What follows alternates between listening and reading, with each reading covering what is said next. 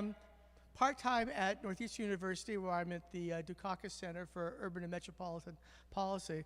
But I also write history books, including a history of the South End that was just published in October.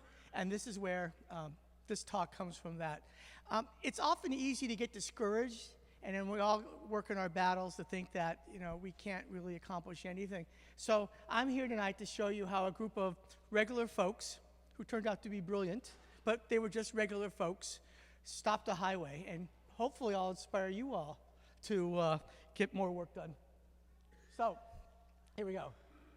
How many of you were even born in 1970, or should I even ask? Anyway, at that point in time, the powers that be, the state and others in the federal government, wanted to build a highway, the Southwest Expressway, that it would have 95 come into Boston this way and go to what was called the inner loop and connect to the other highway, like so. And that would have devastated large parts of Cambridge, Somerville, Jamaica Plain, Hyde Park, and the South End. And part of that, and I want you all to keep something in mind here, was a key piece called the South End Bypass. Because if you notice, without this little piece here, there's no way to get to Back Bay. And that was to become key to what happened later on. Because transportation engineers are often hired as outside consultants, and they do 100 of these things over the course of their career. They don't know the local conditions necessarily. And what happened here, and what stopped that highway, is why you can't ride on the inner belt today or on the Southwest Expressway, is because a group of folks in the South End, right here, decided to fight it and come up with an alternative. So this is a picture taken by the Federal Highway Administration of where the highway was going to go. And that's the Southwest Corridor today, and that's the boundary between the South End and Back Bay. And they wanted to put a 6 to 8 lane highway right there. Sometimes they wanted to put it underground, sometimes they wanted to put it as an elevated, but either way, it would have been devastating. It would have split the South End from the Back Bay, and it would have probably forever have blighted both parts. Can you imagine if you've ever been on St. Botolph Street or Columbus Avenue, two very nice streets today, they would have been probably devastated with that. So the question became, for the folks who were fighting this, it's also hard to do things in 7 minutes. So what they did was they had to come up with an alternative. And one of those persons who did this, Ken Kruckmeyer's here, and I keep teasing him. He can give a rebuttal at any minute here. But he's also now at the Livable Streets Alliance Board. But what happened here was that people educated themselves, and they looked to see where was the point that they could make a difference. And what they did is they realized that there was no funding for the South End bypass because it wasn't technically a federal highway, it was an off-ramp.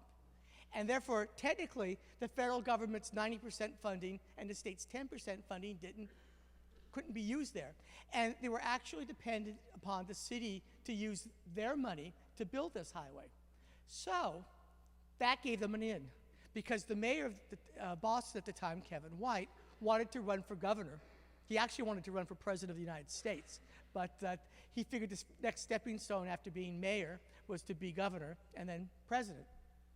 I can talk about that some other time. But in any case, he needed the support of Boston delegates to the Democratic State Convention. And that just happened to be Ward 4, which is part of the South End that lay along the route. So they told him, more or less politely, and as only great Boston politicians could be, if you want our support, you have to agree to not fund the highway. Because the mayor was kind of on the fence on the whole thing. So that got the mayor to come out against it, and he said there wasn't going to be used, any city money was going to be used to build this new extension. Well, that then made the whole plan physically impossible, because the whole point was to get people to Back Bay. Pardon me, not to get people to Back Bay, but to get cars to Back Bay. And without that road, you couldn't do it. So what was the point of building it? And the whole thing became technically unfeasible. At that point, the governor of the state, Francis Sargent, said, well, wait a second, I'm also running for re-election, and no one inside 128 wants this thing, but now I have an excuse not to build it because it's not feasible. So he stopped the whole thing. So with that, they took the money for the highway. They got permission to build the new Orange Line, which is actually, the new Orange Line opened in '87. The rest was history. And you might think, well, that was easy, right? Well, it wasn't. No one had really stopped highways. Maybe San Francisco had, but I don't think any place else really had. There was a huge amount of pressure because basically the city and the state were turning down $500 million worth of construction jobs and new, industry and everything else that they thought would follow from this. We now know that highways don't really help this sort of thing. So it was a very difficult thing, but they did it really by just being a little bit smarter. They outsmarted everybody else. They worked in coalitions. This was their part, the South End's part of a much larger coalition that included everybody from Hyde Park to Somerville and beyond. They found the points of pressure, what they could do to actually change things, how they could stop things. And so I think it's a lesson to all of us. We got to be smarter when we challenge sort of the conventional way of doing things. We got to work together, and we got to be persistent, and we got to educate ourselves and everybody else.